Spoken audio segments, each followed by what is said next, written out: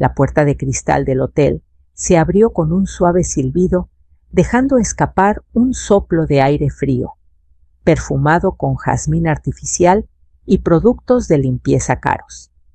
Sentí todas las miradas clavarse en mi espalda cuando di un paso al frente y apoyé mi bolso sobre el mármol del vestíbulo. Delante de mí, mi nuera soltó un grito ahogado. «¿Qué hace usted aquí?». Su voz se quebró entre el pánico y la furia. «Usted no estaba invitada». Mi hijo a su lado no dijo nada. No me defendió. No preguntó. Solo me miró como si yo fuera una vergüenza. El gerente del hotel dio un paso hacia mí, inclinó ligeramente la cabeza y pronunció las palabras que hicieron que todos se quedaran en silencio. «Bienvenida, señora Rosa. Todo está listo para usted».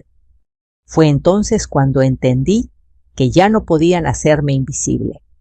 Antes de llegar a ese instante, antes de ese silencio espeso que pesó más que cualquier insulto, mi día había comenzado, como tantos otros en mi casa de siempre. La misma casa humilde en las afueras de Guadalajara, con sus paredes decoloradas por el sol y el tiempo, con el ventilador que chirriaba en la esquina del comedor y el mantel de flores de plástico que aún conservaba una mancha vieja de salsa que nunca se quitó del todo. El olor de los frijoles hirviendo llenaba la cocina desde temprano.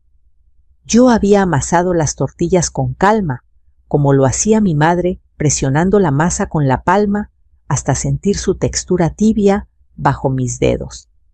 Afuera, el canto lejano de un vendedor ambulante se mezclaba con el ladrido del perro del vecino.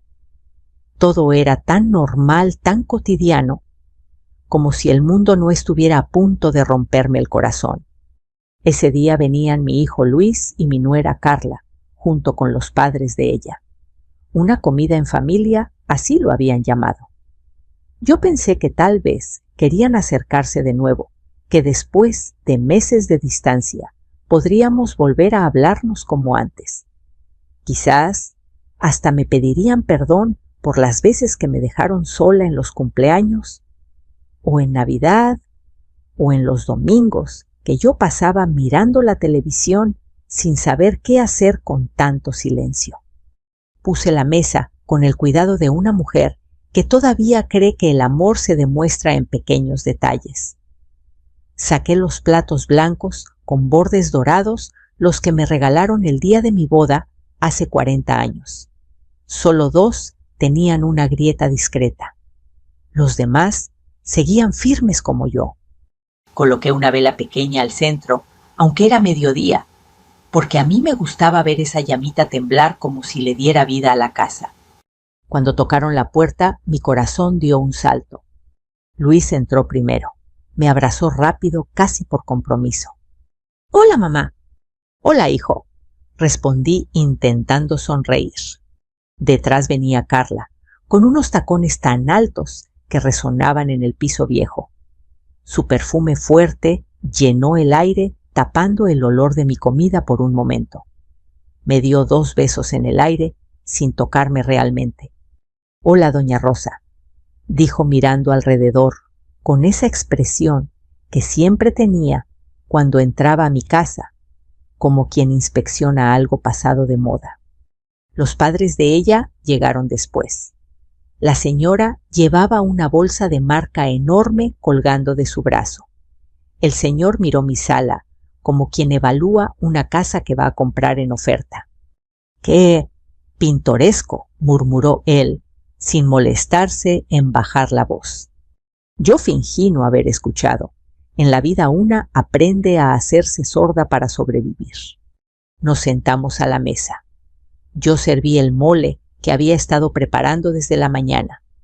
El vapor subía lento, cargado de especias, y por un segundo pensé que quizá eso los haría recordar que allí, en ese lugar pequeño, había amor, historia, familia. Pero Carla apenas probó un bocado. «¿No tenías algo más?», ligero?, preguntó, empujando el plato con la punta del tenedor. «Es que el mole me cae un poco pesado». Luis no dijo nada, solo siguió comiendo en silencio. Los padres de ella hablaban de restaurantes caros, de viajes y de spas en la playa. Yo escuchaba en silencio, asentía de vez en cuando, preguntándome en qué momento mi hijo se había perdido en ese mundo donde su madre ya no encajaba. Entonces Carla dejó su celular sobre la mesa y sonrió satisfecha. Por cierto, queríamos contarle algo. Doña Rosa empezó con un tono demasiado dulce, para ser sincero. Ya reservamos las vacaciones familiares de este año. Nos vamos a Puerto Vallarta la próxima semana, a un hotel precioso 5 estrellas frente al mar. Mi corazón latió más rápido. De verdad pregunté: «Qué bonito, hijo. ¿En cuál hotel?» Luis no me miró. Sus ojos estaban fijos en la mesa, en la veta desgastada de la madera. «En uno que se llama Bahía Paraíso, mamá». Carla tomó la palabra otra vez con rapidez. «Solo vamos nosotros 2 y mis papás. Es algo más privado, ¿sabe? Necesitamos descansar, despejarnos. Últimamente todo ha sido muy estresante». «Claro», dije despacio. «¿Y cuándo se van?» «El lunes», respondió ella. «Ya tenemos todo pagado. Boletos, habitaciones, spa, todo». Yo asentí. El silencio cayó como una manta pesada entre nosotros. Sentí un nudo en la garganta, pero apreté los labios. No iba a llorar frente a ellos. «Me alegra que puedan viajar», logré decir al fin. «Se merecen un descanso». Carla cruzó las piernas satisfecha. Me miró fijamente sin ningún rastro de compasión y añadió: «Y bueno, doña Rosa, no se lo vaya a tomar a mal, pero la verdad es que usted a veces nos estresa un poco, siempre opina, siempre está encima.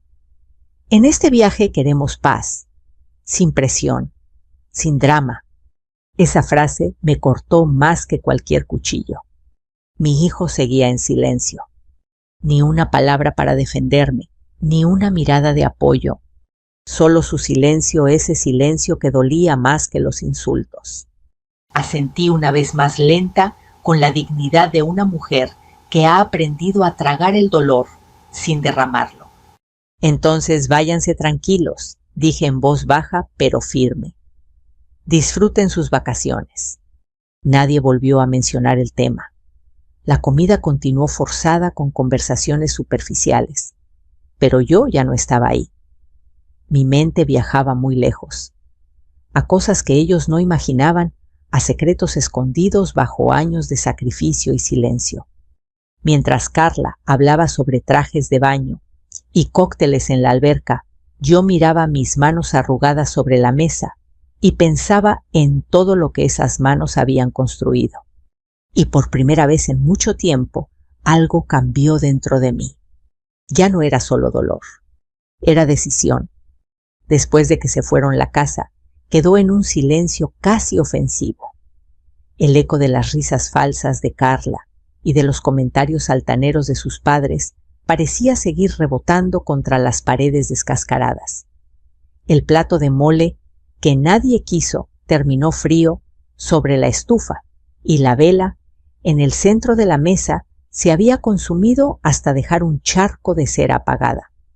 Me quedé ahí de pie sin fuerzas para moverme, observando el lugar donde mi hijo había decidido borrarme con su silencio. ¿Cuántas veces me habían dejado sola en esta misma mesa? Y aún así yo siempre la ponía, siempre cocinaba, siempre esperaba.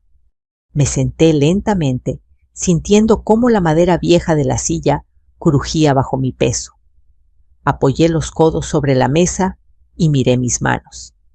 Manos que habían trabajado desde los 12 años, cuando acompañaba a mi madre al mercado central. Manos que habían lavado ropa ajena, que habían cargado cajas pesadas, que habían contado monedas una por una antes de decidir si alcanzaban para frijoles o para un poco de carne. Fue entonces cuando los recuerdos comenzaron a caer uno tras otro como gotas de lluvia golpeando un techo de lámina. Recordé cuando Luis era apenas un niño y su padre aún vivía. Teníamos una tiendita chiquita en la esquina, vendíamos refrescos dulces, tortillas y cigarros sueltos. No ganábamos mucho, pero alcanzaba para comer y para pagar la escuela. Hasta que su padre enfermó. Primero fue la tos, luego el cansancio constante. Después, aquella noche terrible en la que tuve que llevarlo de urgencia al hospital porque ya no podía respirar. Luis, con apenas 10 años, se aferraba a mi falda temblando. Yo le decía que todo iba a estar bien, aunque yo misma no estaba segura. Mi esposo murió 2 meses después. El corazón, dijeron los médicos. Yo solo sabía que el mío también se había partido en 2. Desde ese día, mi hijo y yo estuvimos solos contra el mundo. Trabajé limpiando casas, cuidando niños ajenos, vendiendo comida en la puerta de la escuela. Me despertaba antes de que saliera el sol y volvía a casa cuando la luna ya estaba alta. A veces me sentaba en la orilla de la cama, sin siquiera fuerzas para quitarme los zapatos. Pero nunca permití que Luis sintiera el hambre profunda que yo conocí de niña. Cuando entró a la secundaria y dijo que quería seguir estudiando, yo supe que haría lo imposible para lograrlo.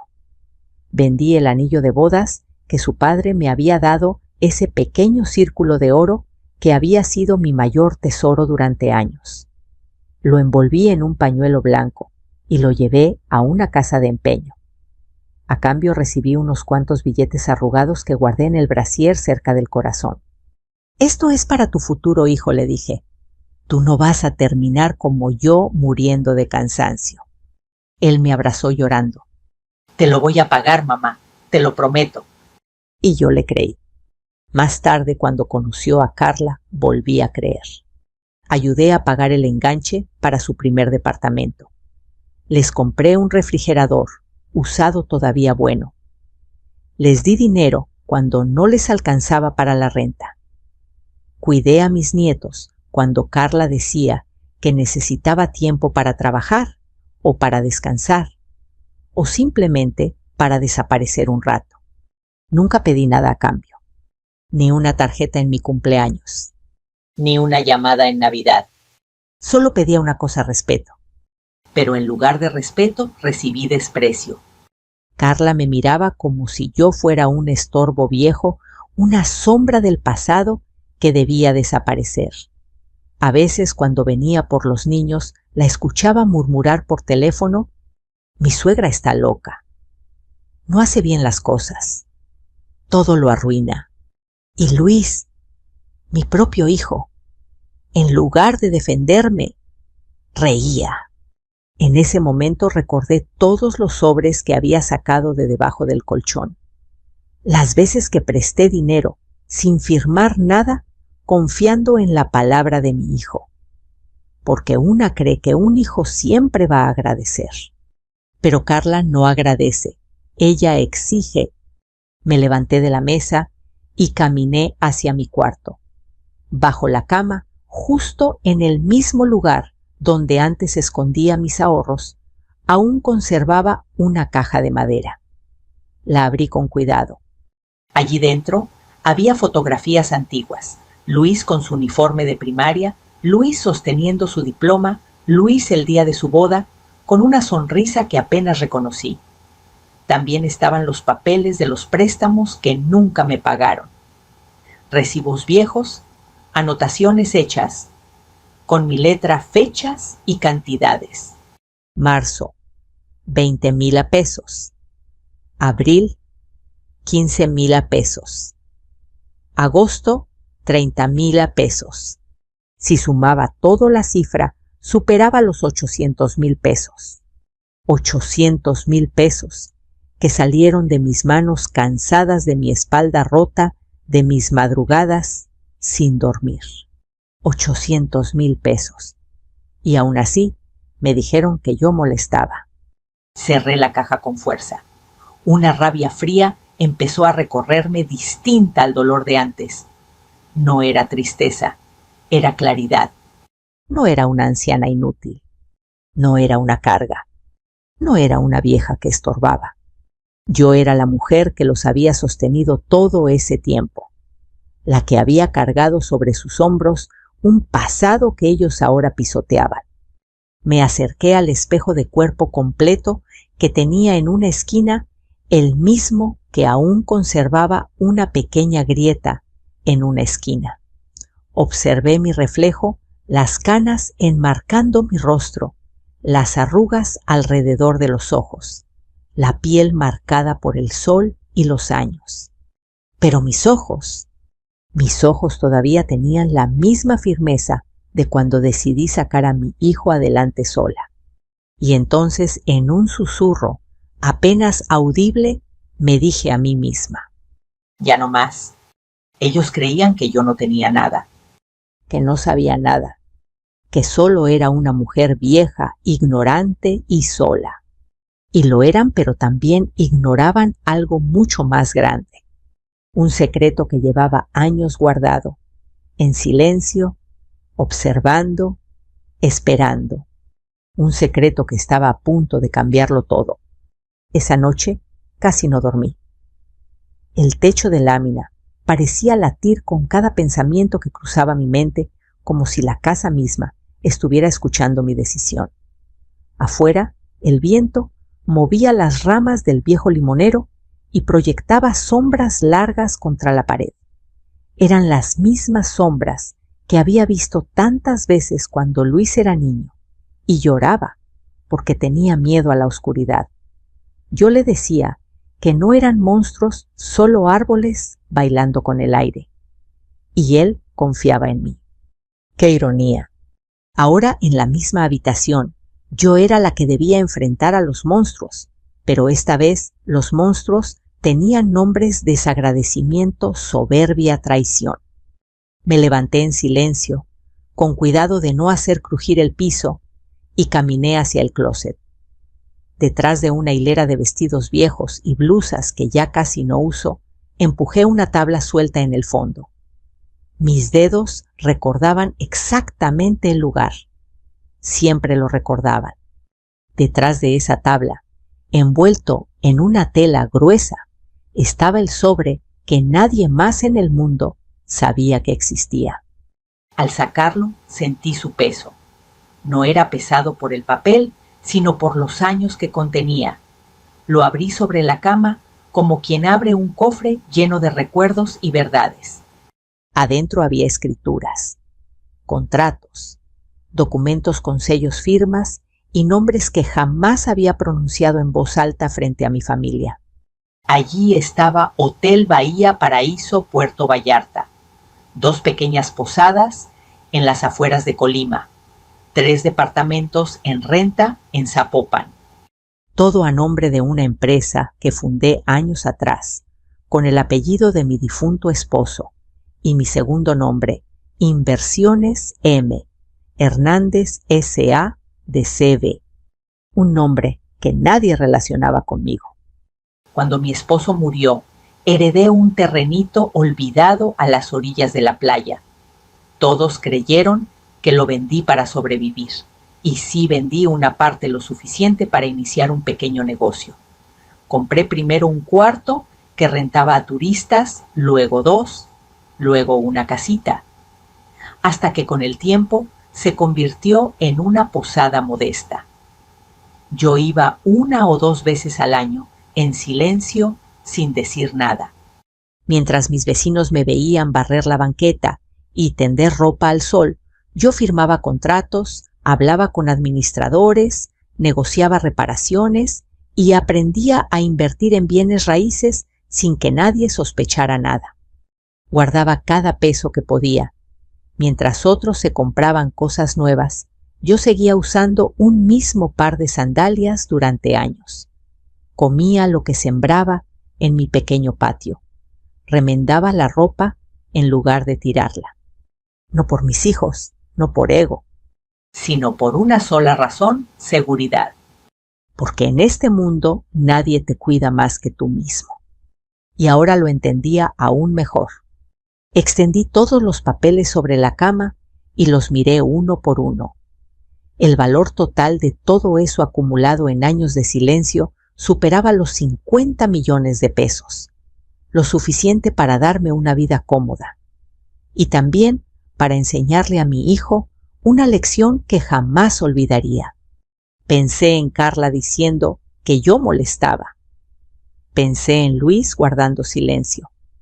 Pensé en ese viaje que habían planeado sin mí al mismo hotel que ahora figuraba en mis documentos como propiedad mía. Bahía Paraíso, mi hotel. Una sonrisa lenta, controlada, atravesó mi rostro. No era una sonrisa de felicidad, era una sonrisa de justicia. Me senté al borde de la cama y tomé mi celular. Tecleé un número que conocía de memoria, pero que casi nunca usaba. Bueno. Buenas noches, señor Ramírez, dije con tono firme. Soy la dueña del Hotel Bahía Paraíso. Hubo un segundo de silencio y luego una respuesta respetuosa. Buenas noches, doña Rosa. No esperaba su llamada a estas horas. ¿Ocurre algo? Sí, respondí. Necesito que prepare todo para nuestra llegada. Tendremos nuevos huéspedes muy especiales. ¿Sus familiares? Preguntó con cautela. Podría decirse, suspiré. Quiero que se respeten todas las nuevas tarifas. Todas, sin excepción. Y quiero que a mi llegada nadie los trate como huéspedes más importantes. Que se les dé exactamente lo que han pagado. Ni un peso más de cortesía. Ni un favor. Él comprendió al instante. Entiendo, señora. Colgué sin decir nada más. Luego marqué otro número, mi abogado. Doña Rosa contestó sorprendido. Pensé que estaba en Guadalajara. Lo estoy, respondí. Pero voy a necesitar que mañana temprano prepares un fideicomiso para mi casa. No quiero que nadie pueda venderla sin mi autorización. ¿Ni su hijo? Tragué saliva. Especialmente mi hijo. Del otro lado de la línea no hubo preguntas.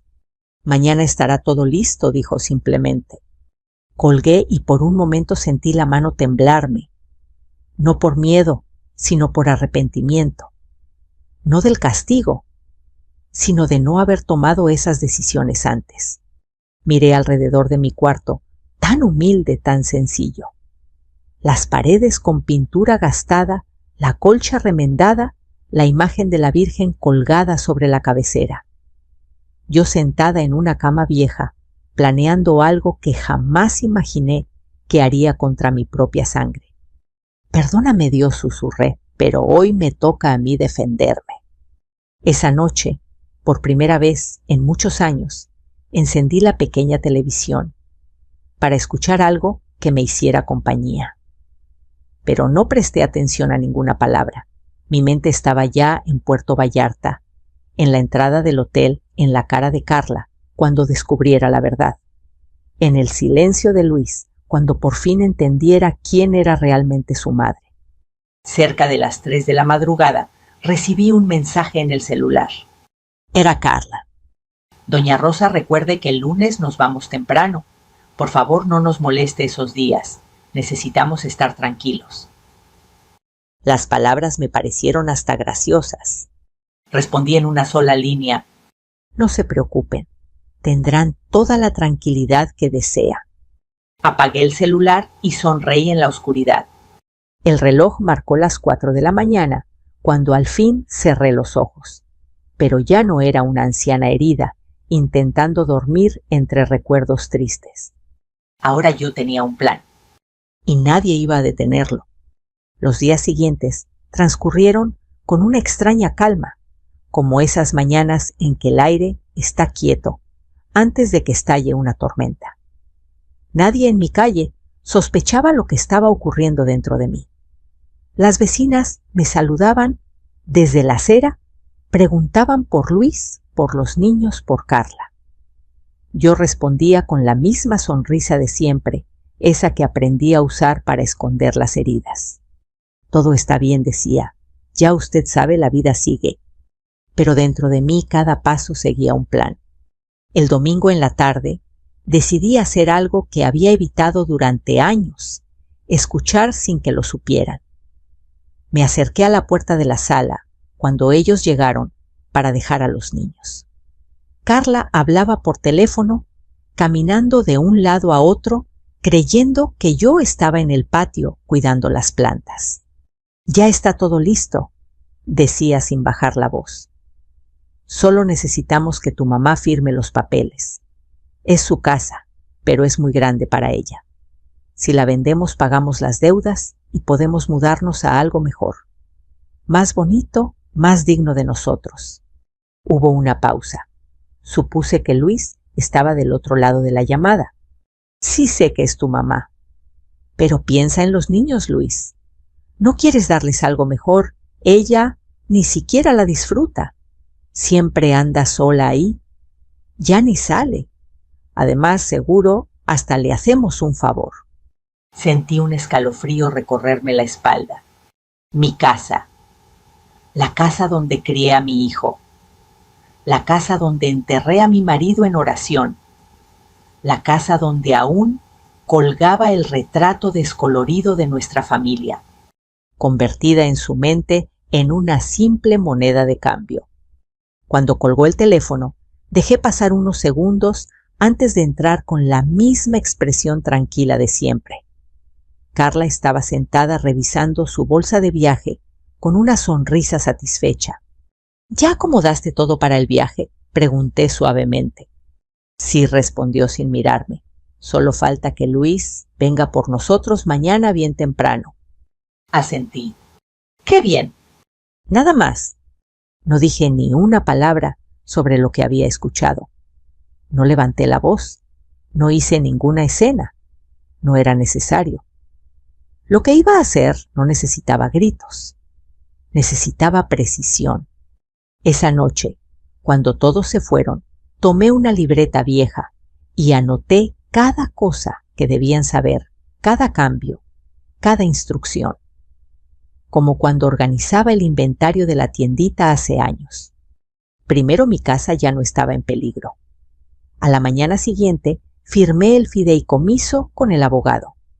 Cada palabra legal, cada firma, cada sello fue como cerrar una puerta que ya nunca se volvería a abrir para ellos. Segundo, los papeles del hotel en Puerto Vallarta. Volví a revisar contratos, fechas, reservas. Ahí estaban los nombres de Luis, Carla y sus padres. Habitaciones de lujo, vista al mar, tarifas promocionales. Tercero, las nuevas condiciones. Llamé de nuevo al señor Ramírez.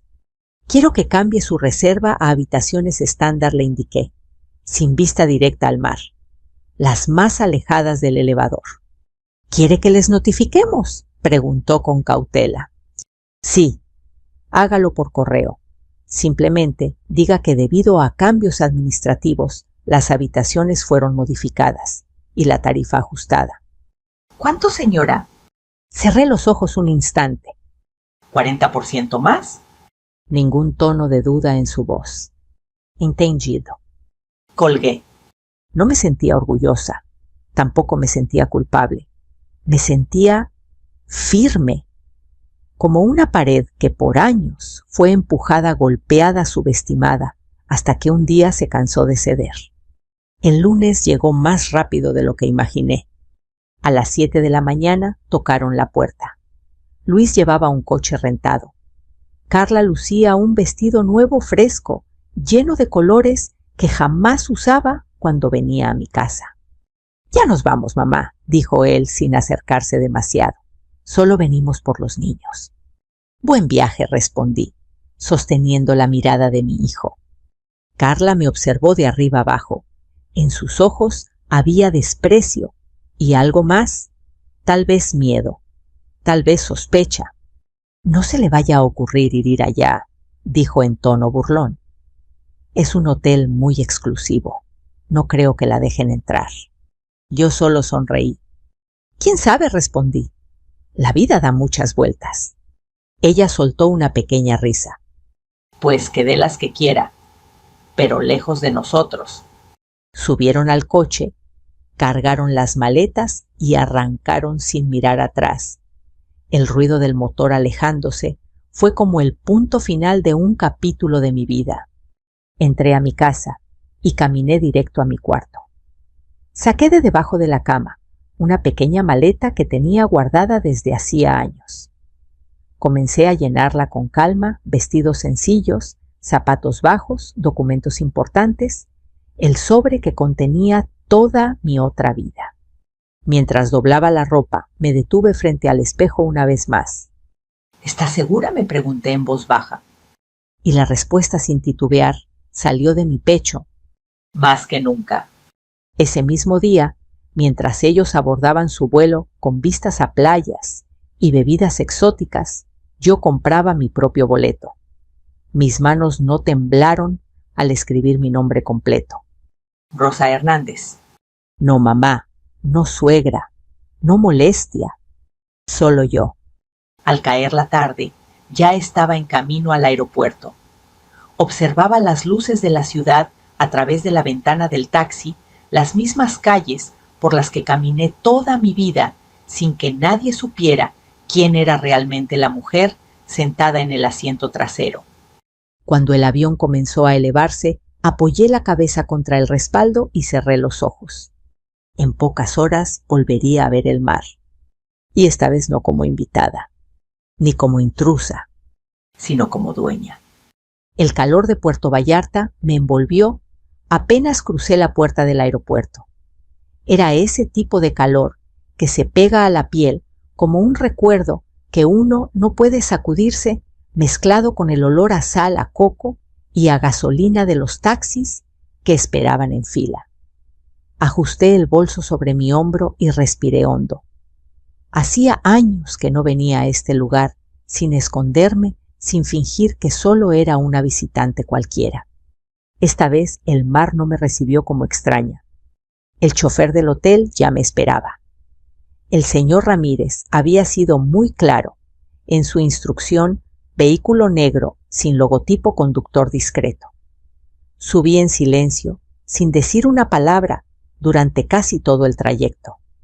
A través de la ventana veía las palmeras los anuncios de hoteles turistas bronceados caminando de la mano y me preguntaba si alguna vez mi hijo habría sido así conmigo, caminando orgulloso a mi lado en algún lugar bonito, en lugar de esconderme como un secreto vergonzoso.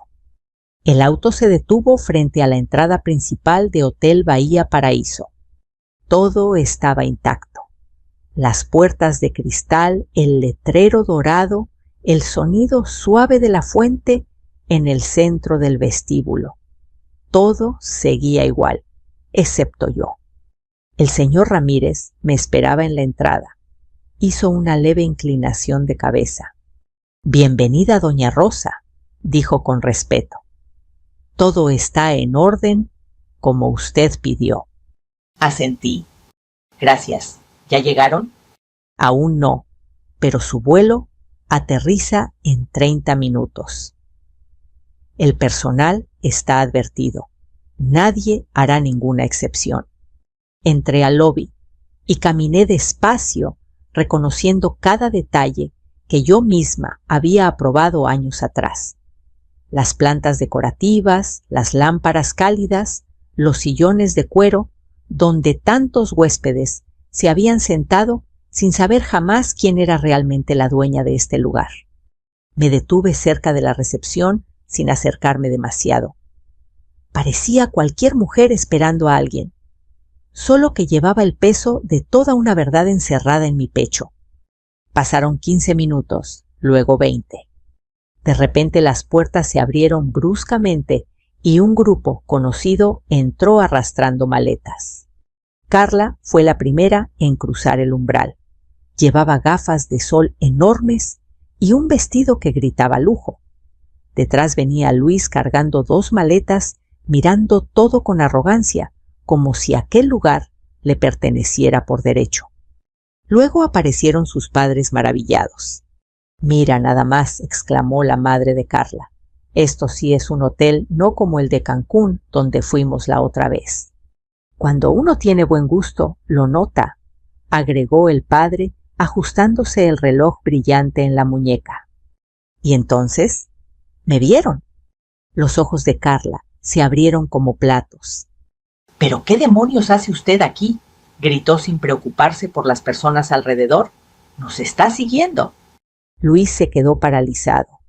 Su rostro perdió color poco a poco. Mamá, ¿qué? Yo no dije nada, solo lo miré. Carla dio un paso hacia mí nerviosa, temblando apenas. ¿Quién la dejó entrar?, le preguntó al recepcionista.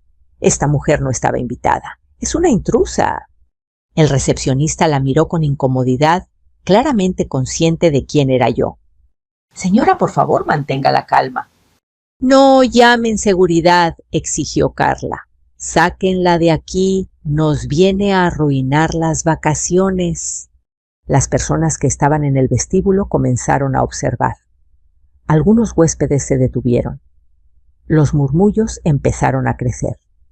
Luis seguía sin decir nada, ni para defenderme, ni para atacarme. Simplemente me observaba como si estuviera viendo a un fantasma. Dos guardias se acercaron. ¿Hay algún problema?, preguntó uno de ellos. Carla respiró con alivio, señalándome con el dedo. Sí, esa mujer está aquí sin permiso. Es mi suegra y quiere arruinarnos el viaje. Sáquenla. Los guardias me miraron. Esperaban mi reacción. Yo levanté ligeramente el mentón. Me disculpan, dije con voz clara y serena, pero yo no estoy aquí sin permiso. En ese instante apareció el señor Ramírez, el gerente del hotel, caminando con paso firme desde la oficina administrativa. Todos guardaron silencio cuando él se acercó. ¿Sucede algo?, doña Rosa preguntó con una leve inclinación de cabeza. Carla abrió la boca sin poder hablar. Luis dio un paso atrás. Doña Rosa, repitió Carla confundida.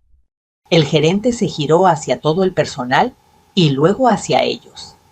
Esta es la propietaria del Hotel Bahía Paraíso, anunció con voz fuerte. Todo lo que ocurre aquí está bajo su autorización. El silencio cayó como un bloque de cemento. La mandíbula de Carla tembló. Su madre dejó caer su bolso al suelo. El padre de Carla se quitó los lentes incrédulo. Dueña, susurró Luis. ¿Tú eres la dueña? Yo por fin hablé, mirándolo directamente a los ojos. Sí, hijo.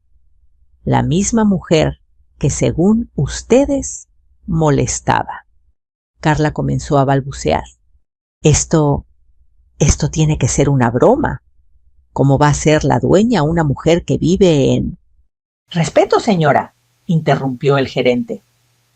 Está hablando con la propietaria del establecimiento. Carla se llevó una mano al pecho como si fuera a desmayarse. Luis me miró con una mezcla de miedo y vergüenza. Mamá, yo no sabía... Negué lentamente con la cabeza. No, Luis. No sabías porque nunca te interesó saber nada de mí. Solo te importó lo que podías sacar de mí.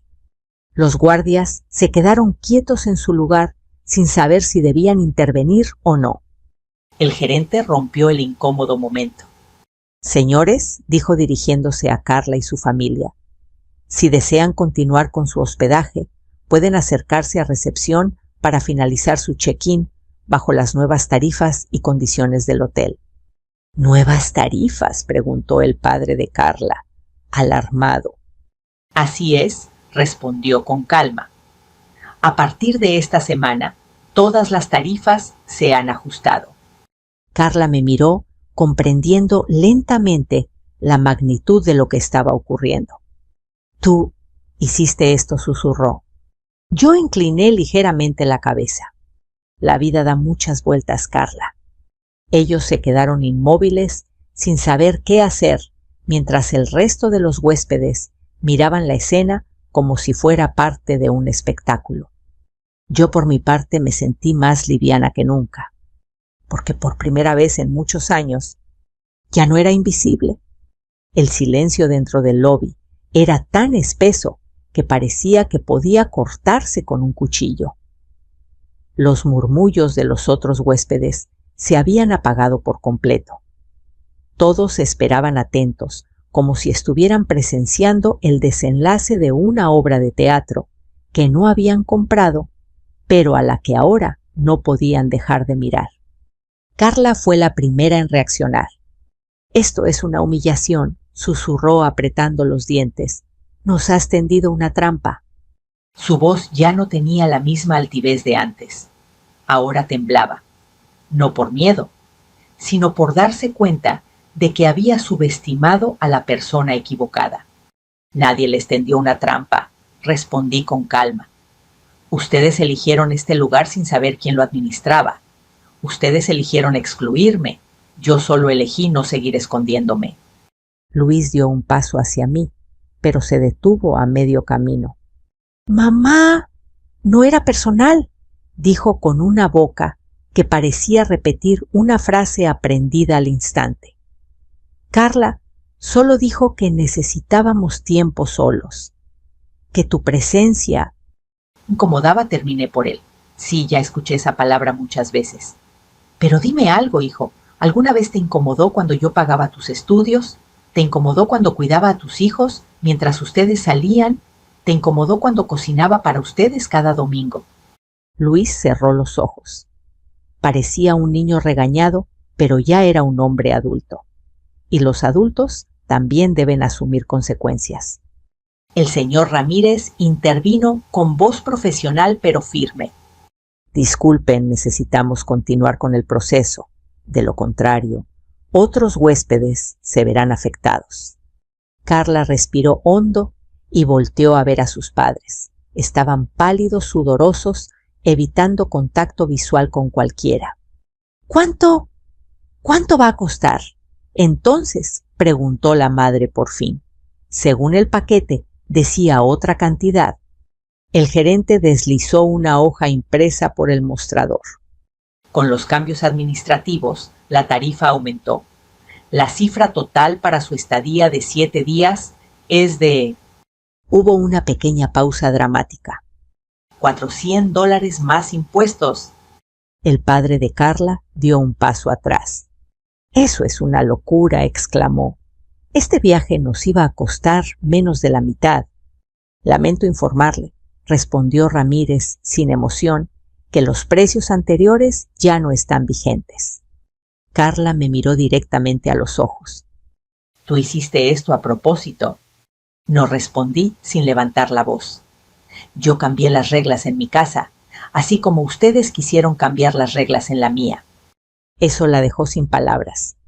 Luis me miró con ojos suplicantes. «Mamá, por favor, no nos hagas esto. Todos están mirando». Miré alrededor del lobby. Gente extraña, sí, pero por primera vez en años yo no me sentía avergonzada. «No los estoy haciendo nada», respondí. «Ustedes se lo hicieron solos». Un silencio incómodo cayó una vez más. El gerente habló.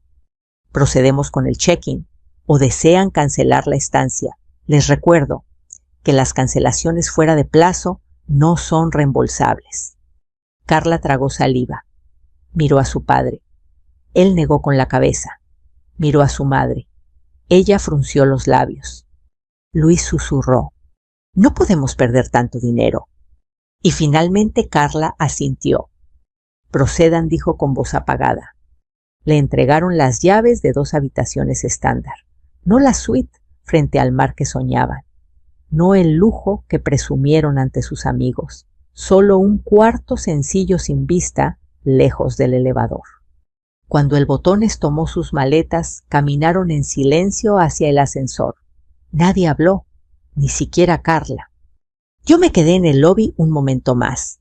El gerente se acercó. «¿Se encuentra bien, doña Rosa?». «Sí», respondí. «Ahora sí».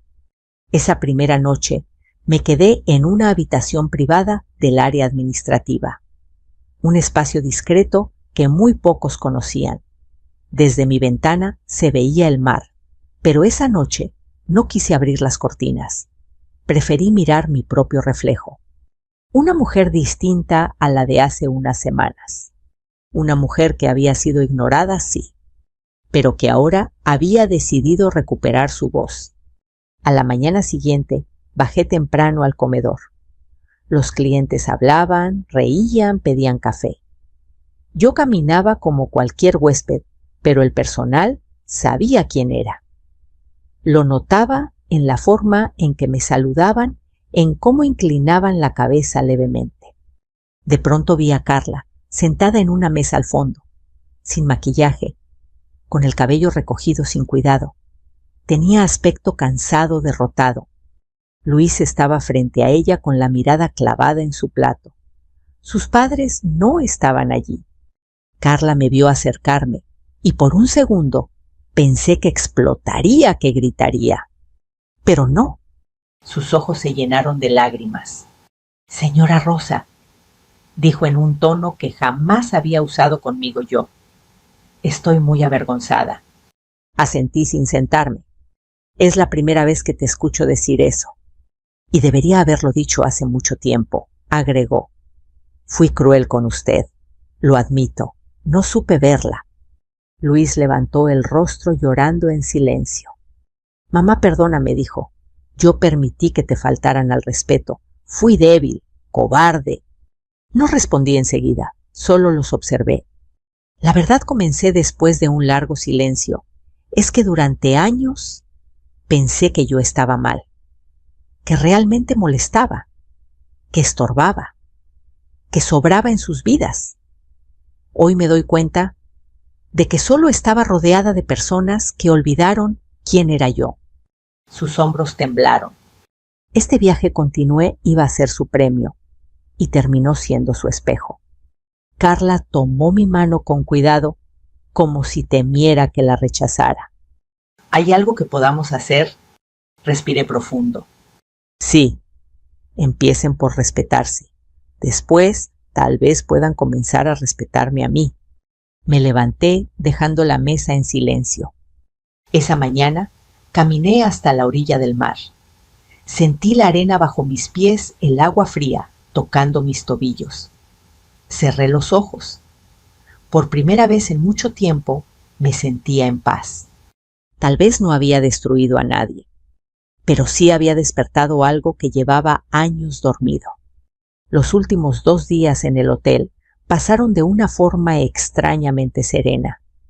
No porque todo estuviera bien, sino porque el ambiente había cambiado. Algo dentro de ellos se había roto, y algo dentro de mí por fin había sanado. Luis ya no caminaba con la cabeza en alto. Sus pasos eran más lentos, más pesados. Ya no hablaba en voz alta por el teléfono. Ya no presumía nada. Solo observaba en silencio, como si estuviera intentando entender en qué momento exacto perdió a la mujer que más lo había amado. Carla, por su parte, había dejado de maquillarse, de arreglarse, de tomarse fotos. Pasaba horas sentada frente al mar. No lloraba, simplemente miraba el horizonte, como si estuviera viendo por primera vez en su vida algo más grande que ella misma. No volvieron a hablarme durante 2 días. Yo tampoco los busqué. Era necesario ese silencio, como cuando una ciudad queda en ruinas, pero el polvo debe asentarse antes de empezar a reconstruir. La mañana del día de salida, bajé temprano a la recepción. Me senté en uno de los sillones del lobby con una taza de café entre las manos. Observé a la gente entrar y salir, maletas rodando, risas nerviosas, abrazos de despedida. Entonces los vi acercarse. Luis empujaba el carrito con las maletas. Carla caminaba a su lado. Detrás venían sus padres, mucho más callados que cuando llegaron.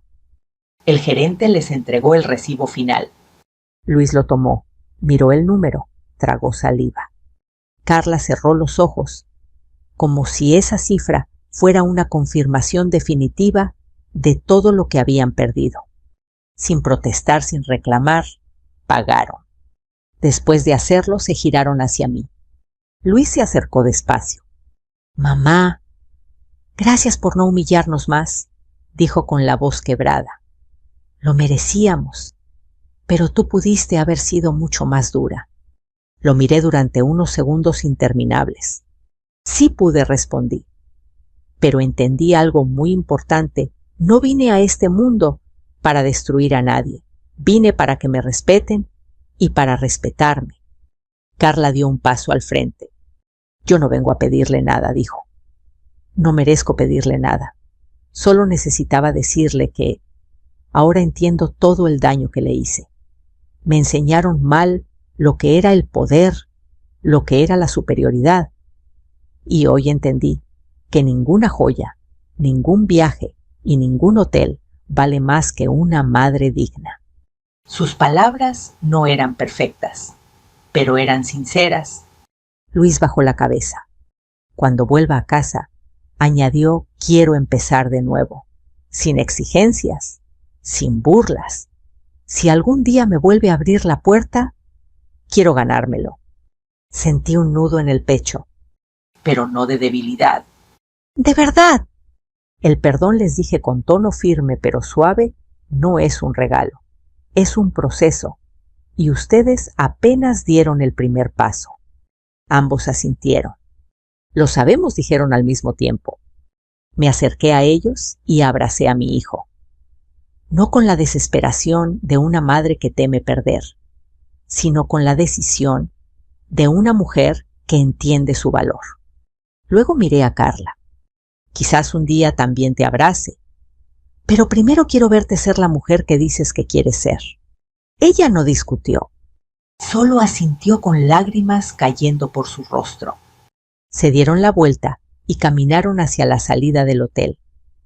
Ya no como una familia orgullosa, sino como personas que recién empezaban a comprenderse. Yo me quedé en el lobby, viendo cómo el sol entraba por los cristales pintando el piso de dorado. Y en ese momento supe algo con total claridad.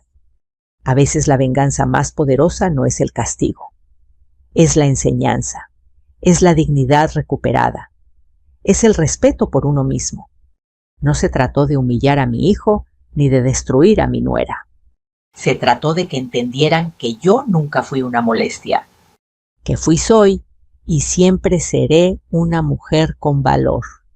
Y ahora quiero preguntarte algo a ti que estás escuchando esta historia. ¿Alguna vez alguien te hizo sentir pequeño hasta que decidiste levantarte? ¿Desde qué ciudad, desde qué rincón del mundo me estás escuchando hoy? Déjamelo en los comentarios. Tu historia también importa. Tu voz también merece ser escuchada.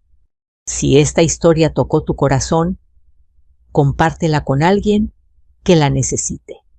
Aquí estamos creando una comunidad de personas que ya no aceptan ser invisibles. Gracias por acompañarme hasta el final. Nos vemos en la próxima historia. Invité a mis hijos a celebrar mi cumpleaños número 66. Preparé la casa con la misma ilusión con la que una vez preparé sus fiestas infantiles, cuando todavía corrían por el patio con globos y las manos llenas de pastel.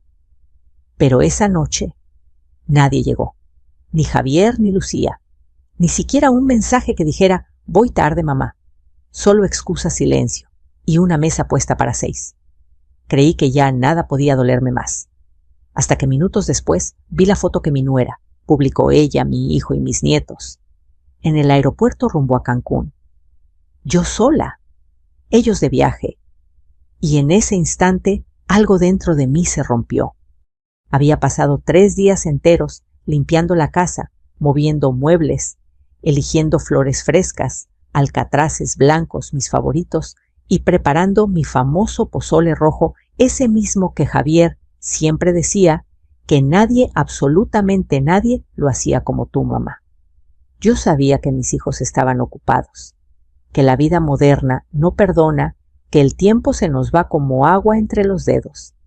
Pero aún así, ellos sabían cuánto significaba para mí ese día. Mi primer cumpleaños desde que enviudé. Mi primer cumpleaños en el que me atrevía a invitar a todos a hacer una comida grande, a llenar la casa de voces otra vez. A las 6 en punto la mesa estaba lista. Un mantel blanco bordado por mi mamá. La vajilla buena esa, que solo usaba en Navidad. El pastel de 3 leches con fresas encima. Y 6 copas alineadas perfectamente como soldados en formación. Encendí las velas aromáticas que Lucía me había regalado el año pasado. Un aroma a vainilla que llenó la sala y me dio una sensación de hogar. Me miré en el espejo antes de sentarme. Llevaba un vestido azul marino con encaje discreto en las mangas. Me veía bien. No joven, no perfecta, pero sí digna. Y eso a mi edad vale oro. A las 6:10 pensé, tal vez se les pasó la hora. A las 6:20 revisé mi celular 1, 2, 3 veces. Nada. Ni una llamada perdida. Ni un mamá voy tarde. A las 6:30 envié un mensaje al chat familiar. Aquí tengo todo listo. ¿A qué hora llegan? La única respuesta fue el doble check azul, pero sin contestar. El silencio de una casa demasiado ordenada pesa. Parece que te observa, que te recuerda que ya nadie la camina, que las risas de tus hijos son ahora sonidos fantasmas que solo viven en tu memoria. A las 7 en punto llamé a Javier. Buzón. Luego llamé a Lucía. Ni siquiera sonó. Se fue directo a ocupado. Me serví un vaso de agua porque mis manos empezaron a temblar. No sabía si era tristeza, vergüenza, o simplemente esa sensación amarga de darse cuenta de que uno ya no es prioridad para nadie. A las 7:30 ya sabía la verdad, aunque me negaba a aceptarla, no vendrían. No ese día. No a ese lugar que un día fue su hogar. Me senté en la cabecera de la mesa y miré los platos vacíos. La vela que había encendido comenzaba a derretirse en una lágrima lenta igual que yo. Un silencio hueco llenaba la sala, un silencio que no es paz, sino abandono. Pensé, tal vez exagero, tal vez mañana expliquen todo, pero justo en ese momento mi celular vibró. Una notificación de Instagram. Y ahí estaba, Paola, mi nuera, sonriendo frente a una puerta de embarque con sus lentes enormes y ese vestido caro que yo jamás podría comprarme. Javier detrás de ella, cargando mochilas. Sophie y Diego haciendo poses como si fueran influencers. La descripción decía, vacaciones familiares bien merecidas. Rumbo a Cancún familiares. Familiares sin mí. Pasé a la siguiente foto. Ellos formando un corazón con las manos. Luego un boomerang, brindando con vasos biodegradables. Luego un video corto donde Paola decía, por fin unas vacaciones sin estrés. ¿Sin estrés? ¿Yo era ese estrés? El golpe fue seco directo, como una puerta cerrándose en la cara. Me quedé mirando el teléfono sin parpadear. La realidad se incrustaba como una espina en el pecho. No solo no vinieron, se habían ido de viaje, juntos, el mismo día, a la misma hora. Y ninguno consideró necesario decírmelo. Me levanté despacio, recogí los platos, aún limpios, apagué las velas, guardé el pastel sin cortar. Mi cocina, que normalmente me hacía sentir acompañada esa noche, parecía un cuarto ajeno.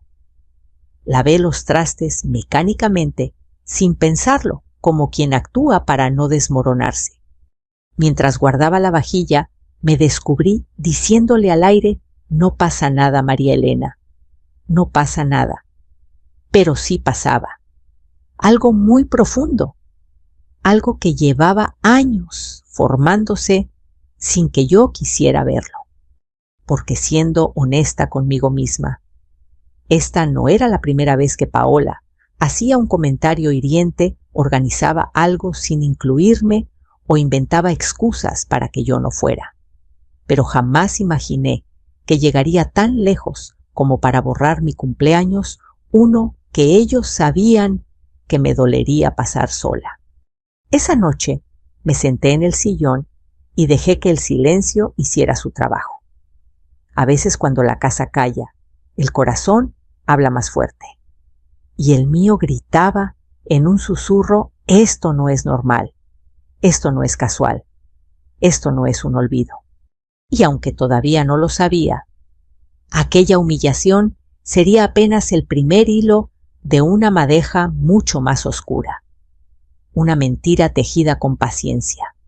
Un plan que llevaba tiempo en marcha.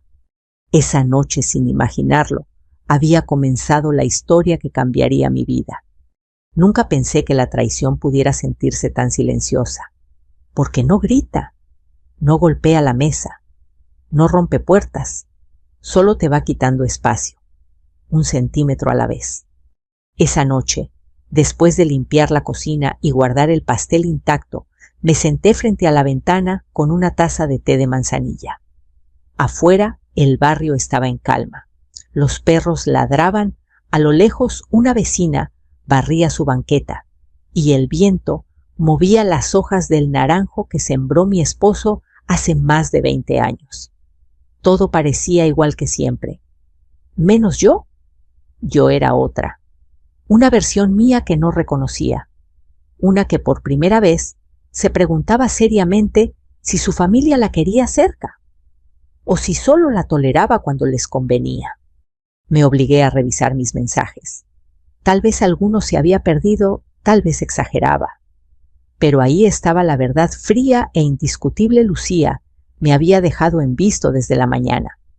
Javier tampoco había contestado mis llamadas. Miré las fotos del viaje otra vez. Paola en traje de baño, levantando una copa. Javier abrazándola por la cintura. Los niños metiendo los pies en el agua, mientras Paola grababa un video diciendo: familia es estar con quienes te hacen bien. Familia. Yo debería ser parte de esa palabra, pero según la mirada de mi nuera, yo era lo contrario. La herida empezó a sangrar cuando vi un comentario de su mejor amiga. Qué bueno que se dieron ese descanso, ya necesitaban alejarse del estrés. Y Paola respondió con un emoji de corazón y otro de carita sonriendo. Sentí como algo caliente me subía a la cara, una mezcla entre vergüenza y coraje. ¿Desde cuándo yo era el estrés? ¿Desde cuándo la persona que cuidó a Sophie cuando Paola tuvo depresión posparto? ¿La misma que pagó la guardería de Diego cuando Javier perdió su empleo? Era ahora el obstáculo. Cerré el celular intentando no hundirme en ese mar de interpretaciones. Pero cuando el dolor es real, las suposiciones duelen igual que los hechos. A la mañana siguiente me desperté antes del amanecer. El silencio de la casa era tan espeso que se podía sentir. Abrí las cortinas y dejé entrar la luz tenue. Mientras calentaba café, pensé en todos los pequeños momentos de los últimos años. Momentos que antes pasaban desapercibidos, pero que ahora, a la distancia, empezaban a encajar como piezas de un rompecabezas que no quería ver armado. Recordé la fiesta de cumpleaños de Sophie, la última a la que no pude llegar. Paola me había dicho por mensaje: suegra, nos adelantaron la hora, porque Sophie estaba cansada. No se preocupe si no alcanza. Pero cuando llegué, todavía estaban partiendo el pastel. Y Paola, con una sonrisa demasiado dulce, me dijo: ¡ay, suegra! ¡Qué pena si hubiera llegado 10 minutos antes! Javier ni siquiera volteó a verme. Estaba ocupado cargando a Sophie para la foto del recuerdo. Recordé también el día de la primera comunión de Diego. Paola me llamó la noche anterior. Va a llover muy fuerte mañana. Mejor no venga, no quiero que se resbale. Luego le enseño fotos. Y sí vi las fotos, pero del clima soleado del jardín lleno de globos y de toda la familia de Paola posando junto al niño. Toda su familia, menos yo. ¿Y cómo olvidar la Navidad del año pasado, cuando Paola me aseguró que harían algo chiquito íntimo, que mejor lo celebrábamos otro día, para que yo no me cansara de más? Y luego encontré en redes su foto frente al arbolito, rodeada de 20 personas, incluso vecinos. Ahí entendí que la intimidad no era para protegerme a mí, sino para excluirme a mí. El patrón estaba ahí clarísimo, y yo había estado demasiado dispuesta a justificarlo todo. Tal vez por amor, tal vez por miedo a quedarme sola. Ese mismo día llamé a Lucía. Mi hija siempre había sido más directa, menos dulce, pero también más distante desde que se mudó a Ciudad de México. Contestó al segundo tono con voz apurada. «Mamá, ¿estoy en junta?» «¿Qué pasó? Nada, hija. Solo quería saludar». «Ay, ma, es que ahora no puedo. Te marco al rato». Ese al rato nunca llegó. Me quedé sentada con el teléfono en la mano, escuchando el eco de mi propia necesidad.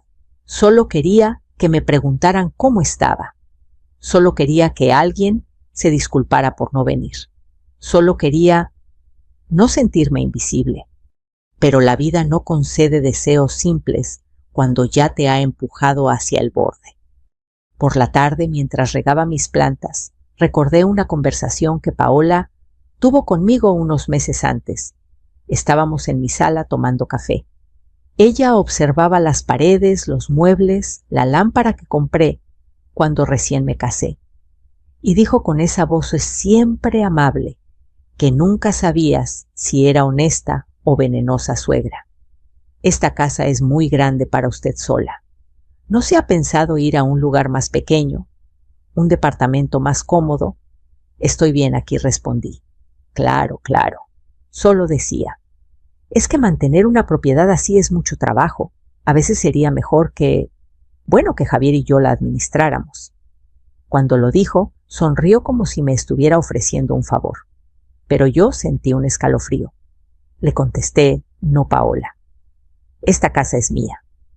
Ella frunció los labios apenas un segundo. Un gesto pequeño, pero duro. En ese momento no entendí por qué su reacción me puso nerviosa. Ahora lo entendía todo. Ella no quería ayudarme. Ella quería quitarme algo.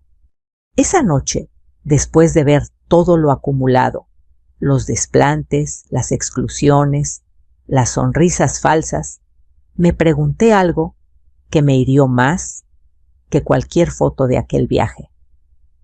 ¿Cuántas veces me borraron sin que yo lo notara? Y entonces, como una señal del destino, recordé un detalle que me había parecido extraño. Semanas antes, un día Paola llegó con una carpeta azul y me pidió firmar unos papeles de la escuela de Sophie. Yo estaba en la cocina con las manos llenas de harina cansada, con los lentes empañados. Apenas eché un vistazo rápido y firmé donde ella me señaló. Ni siquiera me los dejó. Esa noche, mirando la nada, me pregunté si aquello tendría algo que ver con la sensación que me recorría el pecho, esa sensación de que algo más grave se escondía detrás del simple desprecio. Y aunque todavía no lo sabía, estaba a punto de descubrir que Paola no solo quería alejarme emocionalmente, también quería algo que me había costado toda una vida construir, algo que ella no tenía derecho a tocar. Dormí poco aquella noche. Cada vez que cerraba los ojos, las imágenes volvían la mesa puesta, las copas brillando en el silencio, las velas derretidas. Y esa foto de Paola sonriendo en el aeropuerto como si nada importara más en su mundo que ese viaje familiar. Me dolía el pecho. Y no era un dolor de enfermedad. Era uno que no te mata, pero te roba el aire. A la mañana siguiente decidí salir a caminar. A veces cuando la casa te pesa, lo mejor es escuchar otros sonidos, el panadero pasando los carros viejos del vecindario, los niños que caminan a la escuela. Pasé por la iglesia, saludé a la señora que vende tamales en la esquina y por un momento logré engañarme. Pensé que tal vez estaba exagerando, que todo había sido una coincidencia. Pero al volver sonó mi teléfono.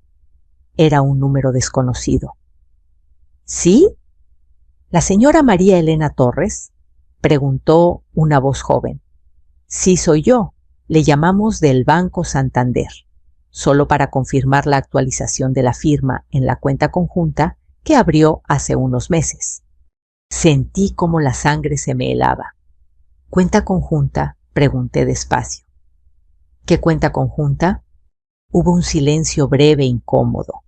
La que tiene con la señora Paola Ramírez. Me aferré a la mesa. Joven, yo no he abierto ninguna cuenta con mi nuera. Escuché papeles moviéndose al otro lado de la línea. Aquí aparece su firma, señora. Y su identificación. Mi respiración se aceleró. Yo no había firmado nada. Nada. Mire, dije con voz temblorosa pero firme, no voy a discutir por teléfono. Solo dígame qué necesito llevar para revisar eso en persona, su identificación y un comprobante de domicilio. Colgué. Me quedé sentada varios minutos intentando asimilar lo que acababa de escuchar. Una firma mía en un documento que yo jamás había visto. Una cuenta conjunta con Paola. ¿Para qué? ¿De dónde había sacado mi credencial? ¿Cómo la había usado? Y sobre todo, ¿desde cuándo estaba planeando algo detrás de mí? No perdí tiempo. Tomé mi bolso, mi credencial y las copias que siempre guardo por si acaso. Caminé hasta la parada del camión y me dirigí al banco. Dentro el aire frío del aire acondicionado me hizo estremecer. Me formé detrás de varias personas, observando el reloj como si cada minuto me empujara más hacia una verdad que no quería conocer. Cuando me atendieron, expliqué la situación con calma. El empleado revisó en su computadora, frunció el ceño, me pidió un momento y regresó con una carpeta. Aquí está el documento, señora, me dijo, y lo puso frente a mí. Lo abrí, y ahí estaba mi nombre, mi dirección, mi CURP, mi firma. Parecía mi firma, pero no lo era. Había algo extraño en el trazo de la M. La T de Torres estaba más inclinada. Era casi perfecta. Casi. Esto no lo firmé, yo dije sin levantar la vista. El joven pareció incomodarse. Señora, entiendo. Pero aquí está la copia de su identificación. Tomé la copia. Era una de mis credenciales antiguas, la que había perdido hace un año, y nunca supe dónde quedó. Ahora lo sabía. Alguien la había tomado. Alguien la había usado. Paola. Respiré hondo. El empleado me dijo que debía acudir a la notaría donde se había certificado esa firma, porque el banco no podía declarar nada irregular sin investigación legal. Salí de ahí con las piernas temblando, como si mi cuerpo entendiera antes que yo la magnitud del asunto. La notaría quedaba a 6 calles del banco. Entré. El olor a papel viejo, madera encerada y tinta me trajo recuerdos de cuando firmé la escritura con mi esposo Roberto. Aquella vez sentí orgullo. Ahora sentía miedo. Una señorita me atendió y buscó mi nombre en la base de datos. Tardó menos de 1 minuto. Sí, aquí está su expediente. Pase a la sala 2, por favor. Me condujeron a una oficina donde un notario de barba blanca hojeaba varios documentos. Al verme, me hizo señas para sentarme. ¿Usted es la señora María Elena Torres, sí? Bien. Verá, aquí aparece un poder notarial donde usted autoriza a su nuera, Paola Ramírez, a realizar trámites bancarios administrativos y de bienes raíces en su nombre. Sentí como si me hubieran vaciado un balde de agua fría. Yo no firmé nada de eso. Respondí firme, mirando directo a los ojos del notario. Él suspiró. Giró el documento y me lo acercó. Era un poder amplio, muy amplio. de esos que prácticamente te dejan sin control sobre tus propios bienes. La firma es muy similar, dijo él con cautela, pero entiendo cuando una persona asegura que no la reconocen como propia, no es mía. No lo es. Entonces deberá impugnarla legalmente. Podría tratarse de un caso de suplantación o de abuso de confianza.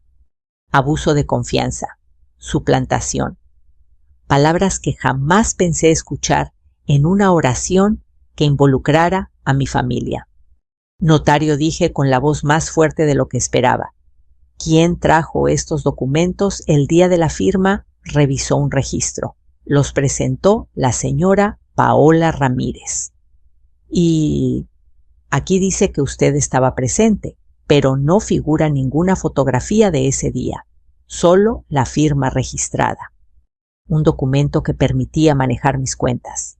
Un documento que Paola llevó sin decirme nada. Un documento que decía que yo autorizaba vender o poner en garantía mi casa. Mi casa. La casa donde crié a mis hijos. La casa que pagué con el sudor de mis manos y las de mi esposo. Sentí que el estómago se me cerraba. Estaba mareada. Pero aún me quedaba una gota de claridad suficiente para hacer la pregunta más importante. ¿Esto puede usarse para vender mi casa sin mi conocimiento? El notario cerró la carpeta con lentitud. Sí, señora. Con este poder es posible. Mi mundo se hizo pequeño, muy pequeño. La silla se volvió dura, el aire pesado. No eran solo desplantes, no eran solo humillaciones, no eran solo fotos donde yo no aparecía. Paola estaba intentando quitarme mi casa, quitarme mi vida, quitarme mi lugar.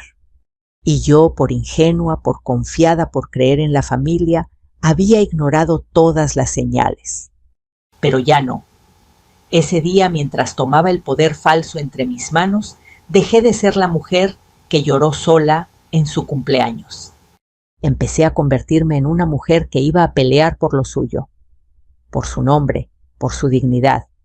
Y aunque aún no lo sabía, ese documento era apenas la puerta de un túnel mucho más oscuro que estaba a punto de atravesar. El notario me recomendó guardar la calma. Pero, ¿cómo se guarda calma? Cuando de un segundo a otro descubres que alguien ha estado planeando borrarte de tu propia vida. Salí de la oficina con la copia del poder notarial dentro de un sobre amarillo.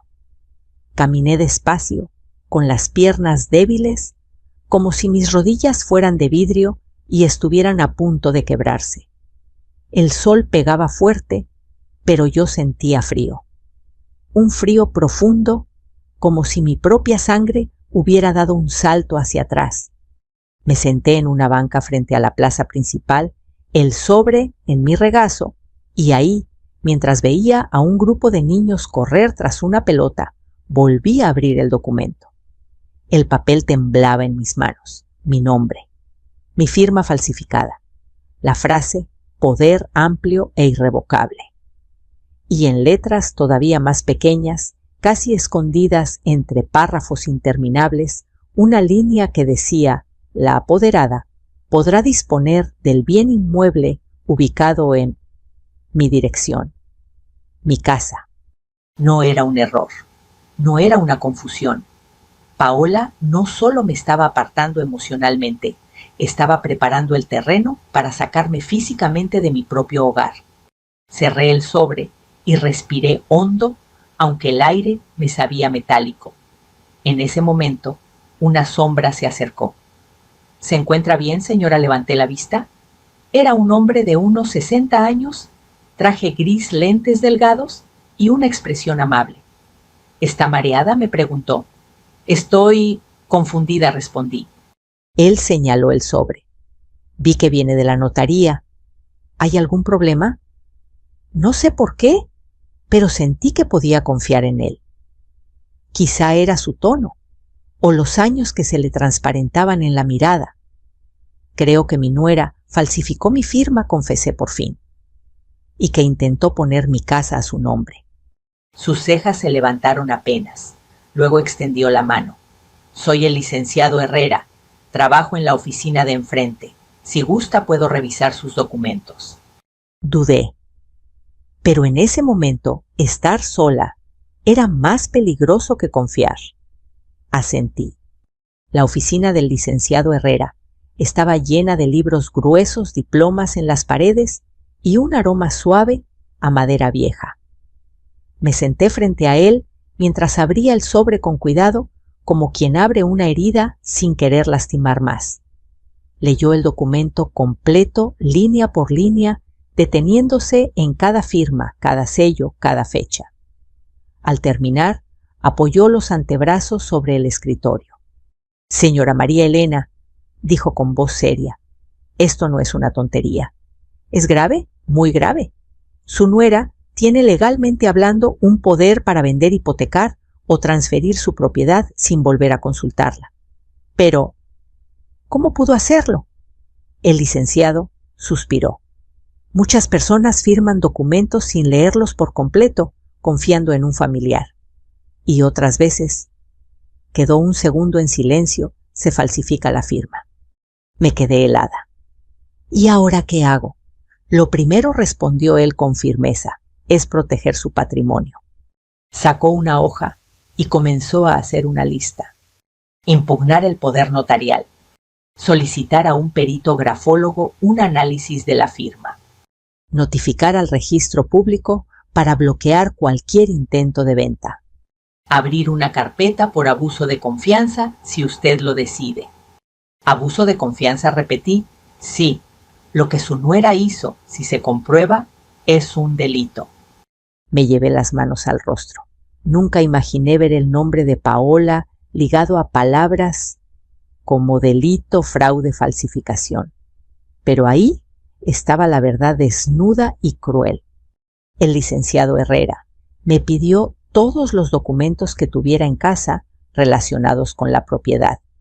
Volví con una carpeta verde donde guardaba actas, escrituras y recibos desde hace 20 años. Él revisó todo con paciencia. Mire esto, me dijo, señalando un comprobante reciente. Aquí aparece un movimiento que no coincide con su historial. ¿Qué tipo de movimiento? Un trámite de precontrato de compraventa. Precontrato es un acuerdo preliminar para una futura venta. No es la venta en sí, pero ya establece intención y términos. Leyó un párrafo en voz alta. La vendedora María Elena Torres se compromete a transferir el inmueble por un monto preferencial a favor de Javier Salgado y Paola Ramírez. Mi corazón dio un vuelco. ¿Monto preferencial? Un precio ridículamente bajo, confirmó él. Lo suficiente para que cualquier banco acepte una hipoteca con facilidad. Me cubrí la boca con la mano. Paola había planeado todo. Todo. No fue impulsivo, no fue accidental. No fue una mala interpretación. Era un plan frío, meticuloso, silencioso. Como el veneno que mata sin ruido. El licenciado me miró con suavidad. Señora, usted ha estado firmando documentos que su nuera le llevaba. Recordé un día semanas atrás en el que Paola llegó con una carpeta y me dijo, son solo papeles de la escuela suegra. Firme aquí y aquí para que Sophie pueda entrar a natación. Yo estaba cansada. Había dormido poco. No usaba mis lentes. Firmé donde ella señaló. Tragué saliva. Sí, firmé cosas sin leer. No se culpe. El abuso de confianza siempre empieza así. Se recostó en la silla. Paola tenía acceso a esos documentos. Tenía su credencial antigua y sabía que usted confiaba en ella. Lo que hizo no es un simple error. Es manipulación deliberada. Me ardieron los ojos. No solo por la traición, sino por la vergüenza. La vergüenza de haber permitido, sin darme cuenta, que alguien entrara a mi vida con una sonrisa y guardara un cuchillo detrás. ¿Qué puedo hacer?, pregunté con un hilo de voz. El licenciado Herrera me miró fijamente. Lo vamos a detener. Sacó su sello, su tarjeta y un calendario. Hoy mismo redactaremos una solicitud de suspensión temporal. Eso evitará que su casa sea vendida o hipotecada. Aunque Paola tenga ese poder, sí. Con sospecha de falsificación o coacción, podemos frenar todo. Ese podemos me aflojó el pecho. Por primera vez en días no me sentía sola. Luego continuó él. Hablaremos con su hijo. Javier, él debe saber la verdad. Me quedé en silencio. Javier era mi hijo, mi niño, mi orgullo. Pero llevaba años dejando que Paola pensara por él. ¿Me creería o se pondría del lado de ella? Habrá que enfrentarlos tarde o temprano, dijo el licenciado suavemente, pero no sin pruebas. Golpeó el poder notarial con un dedo. Y esto, señora María Elena, es la prueba más fuerte que podría tener. Esa tarde regresé a mi casa con el sobre bajo el brazo. La misma casa donde celebré cumpleaños, bautizos, navidades. La casa donde se escuchaban los pasos de mis hijos corriendo. La casa que ahora alguien intentaba arrebatarme. Entré y cerré la puerta con llave. Dejé el sobre la mesa junto a la vajilla que no se usó en mi cumpleaños. Toqué el borde de un plato y sentí un nudo en la garganta. «¿No me vas a quitar esto?» Paola, susurré. Ni esto ni mi paz. Porque por primera vez entendí que el problema no era que me odiara. El problema era que me necesitaba fuera de su camino para quedarse con todo. Y yo ya no pensaba moverme. No pensaba quedarme callada. No pensaba seguir siendo invisible. Ese documento, que nunca debió existir, sería la piedra que usaría para derribar toda su mentira. Los días siguientes fueron una mezcla extraña de miedo, silencio y una determinación nueva que me ardía en el pecho. El licenciado Herrera me había dado instrucciones claras. No confronte a nadie todavía. No les diga que ya sabe. Déjelos regresar de su viaje. Luego los invitamos, con pruebas en mano. En Puma Disciplino. Así que esperé. Y cada día mientras esperaba a Paola, publicaba más fotos, más videos, más sonrisas. Había algo cruel en verlos tan felices, tan unidos. En un viaje que habían hecho el día de mi cumpleaños y en secreto. Pero había algo aún más cruel. En cada foto, Paola se aseguraba de escribir frases que parecían lanzadas directamente a mi corazón. La mejor familia del mundo. Yo no estaba ahí. Vacaciones sin estrés. Yo era ese estrés aquí donde realmente importa estar. Y para ella claramente donde yo no estaba. Me pregunté muchas noches qué había hecho para merecer ese desprecio. Repasé cada palabra, cada gesto, cada momento en que pude ofenderla sin notarlo. Pero nada justificaba lo que estaba haciendo. Nada justificaba robar confianza y querer robar una casa. El licenciado Herrera me llamó una mañana. Doña María, tenemos el dictamen del grafólogo. Y la firma del poder notarial fue imitada.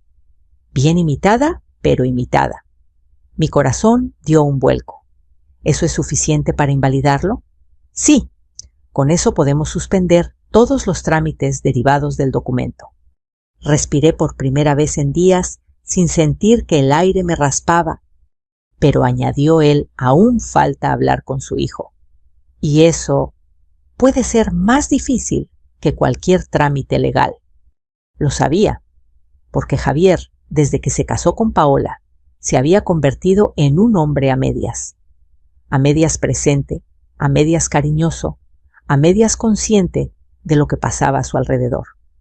Paola lo manejaba con hilos invisibles, hilos hechos de culpa, de manipulación, de caricias, de reproches disfrazados de preocupación.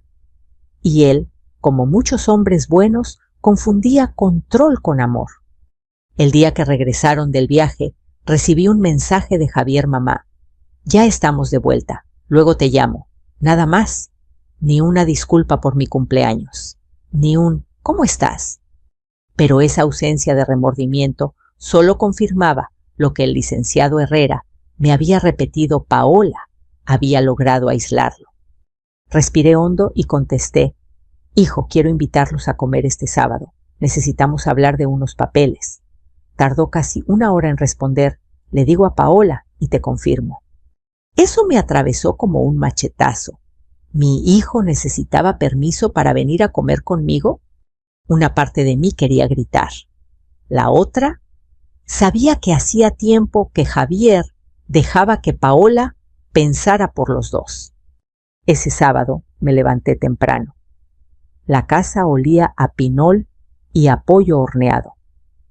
Puse la mesa, como siempre lo hice, mantel limpio, servilletas dobladas, como me enseñó mi madre, flores frescas, en un jarrón pequeño.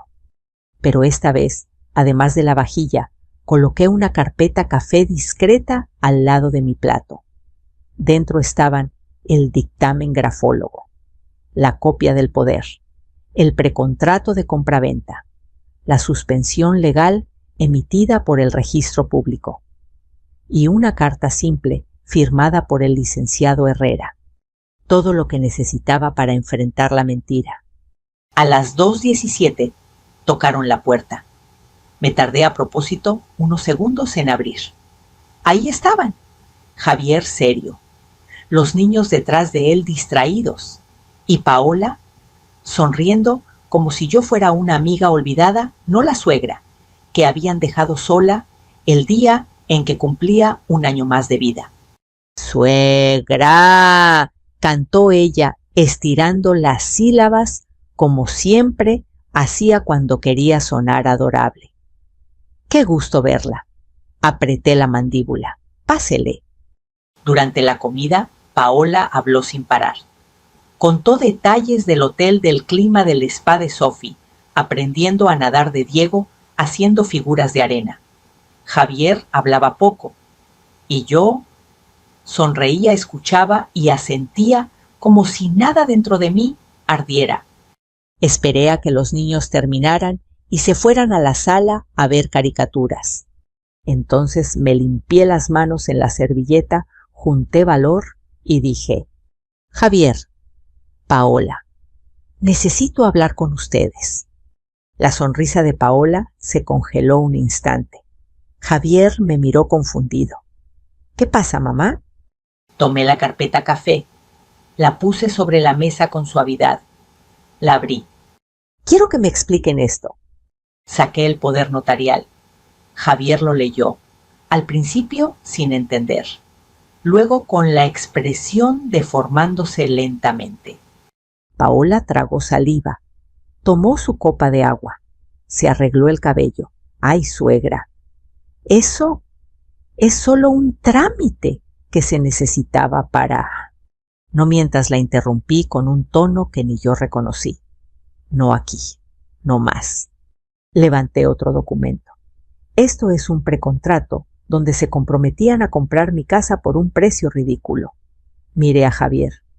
¿Tú sabías? Él abrió los ojos horrorizado. ¿Qué? ¿Cómo que comprar tu casa? Paola intervino rápido, como quien intenta detener un incendio con gasolina.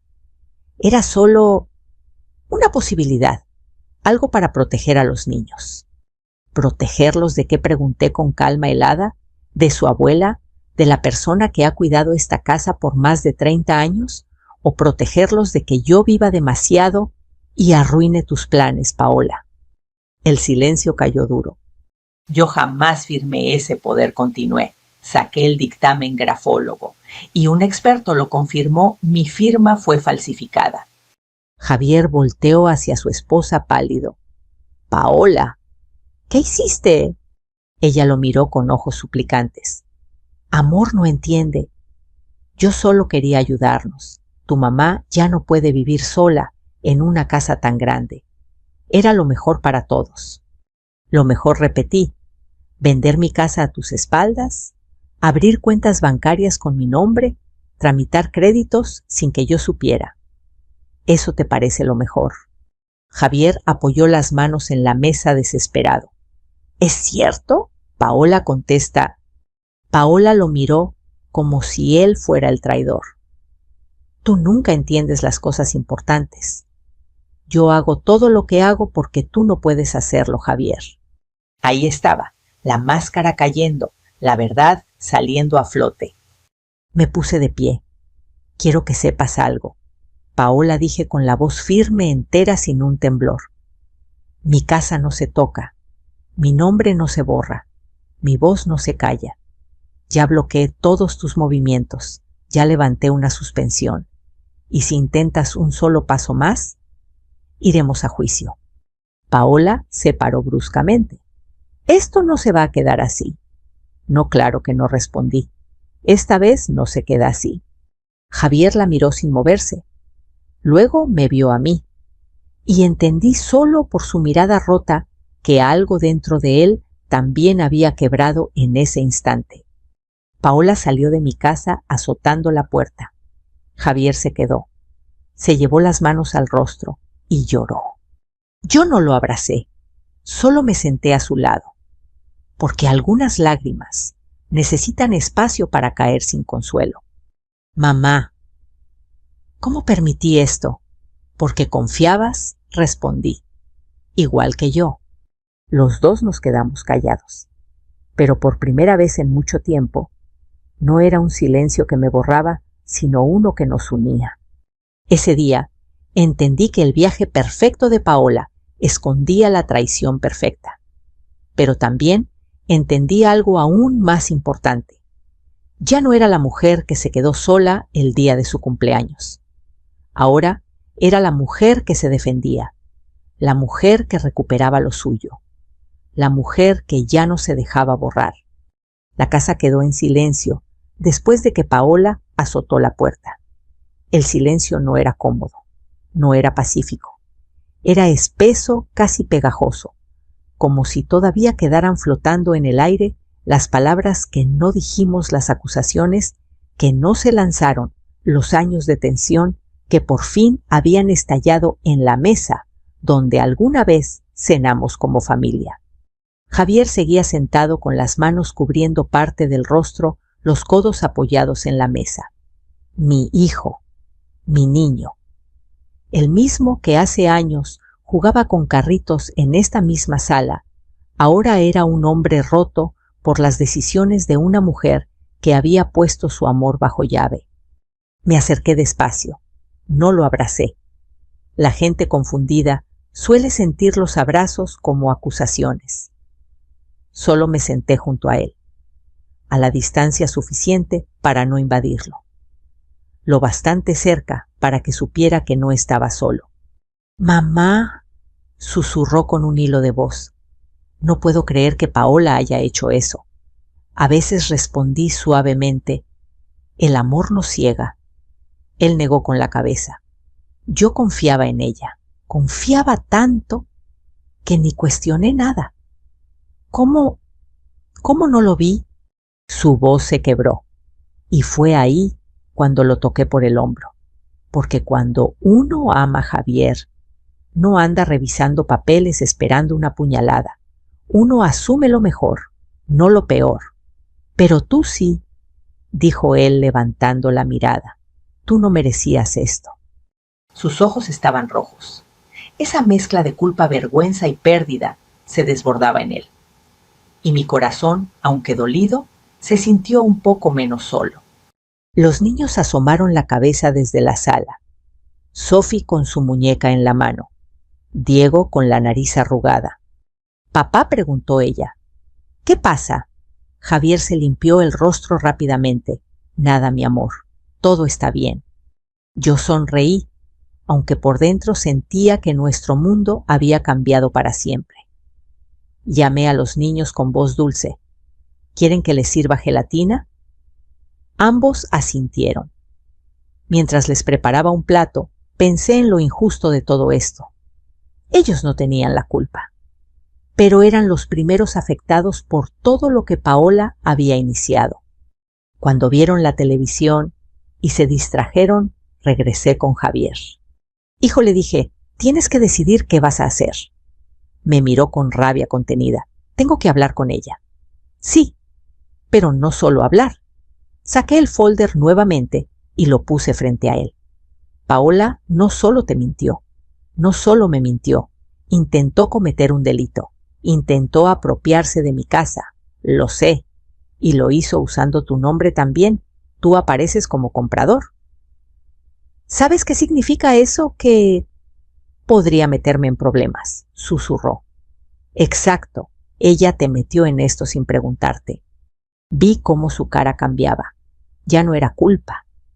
Era una mezcla de furia y desengaño, como si estuviera viendo a su esposa por primera vez sin filtros.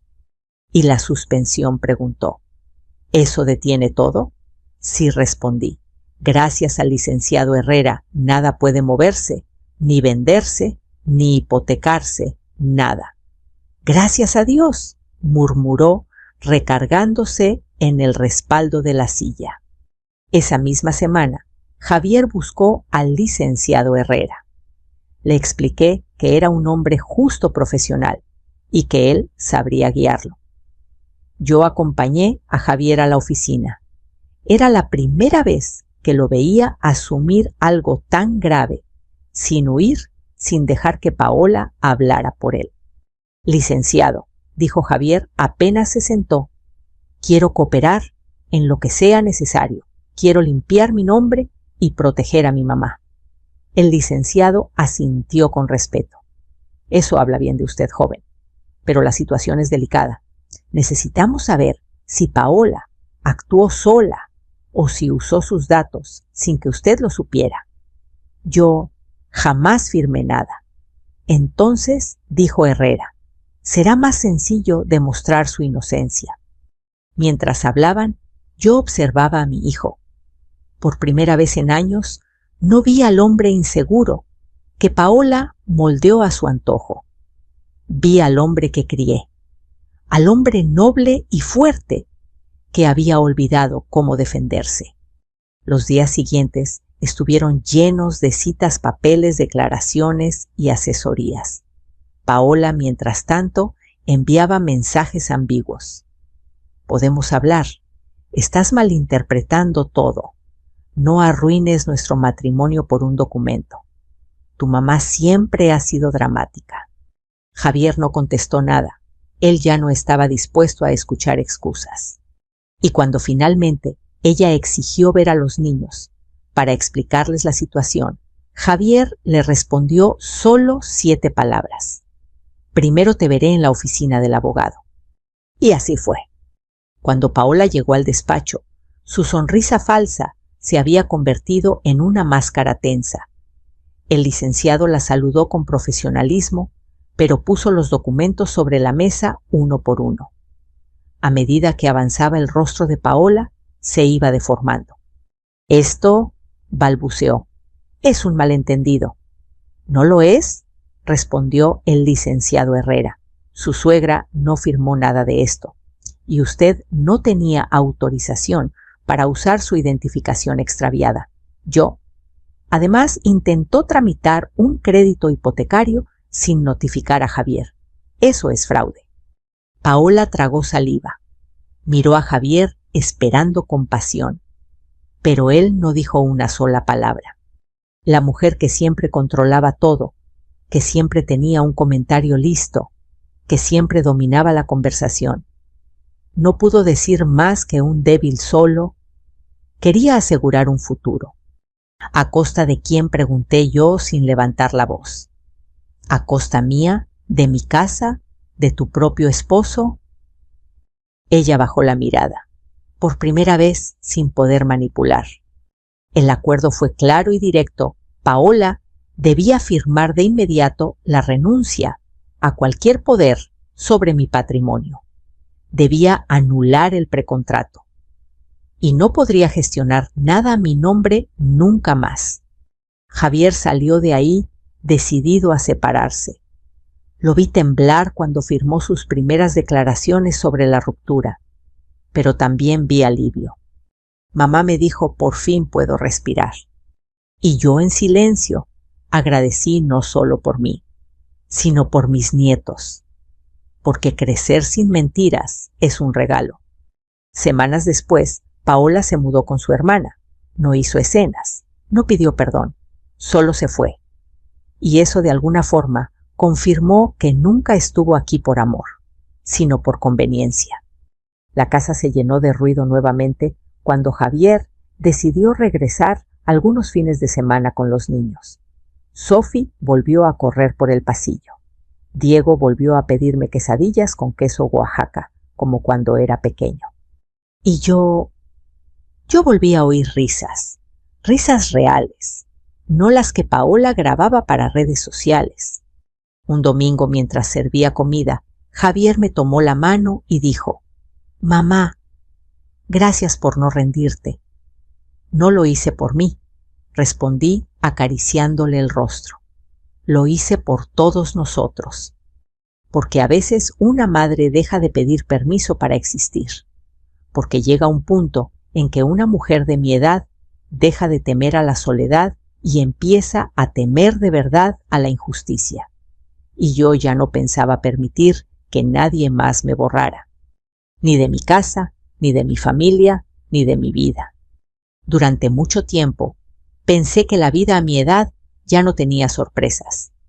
Que después de los 60, una solo aprende a perder gente, perder fuerza, perder espacios en la vida de los demás.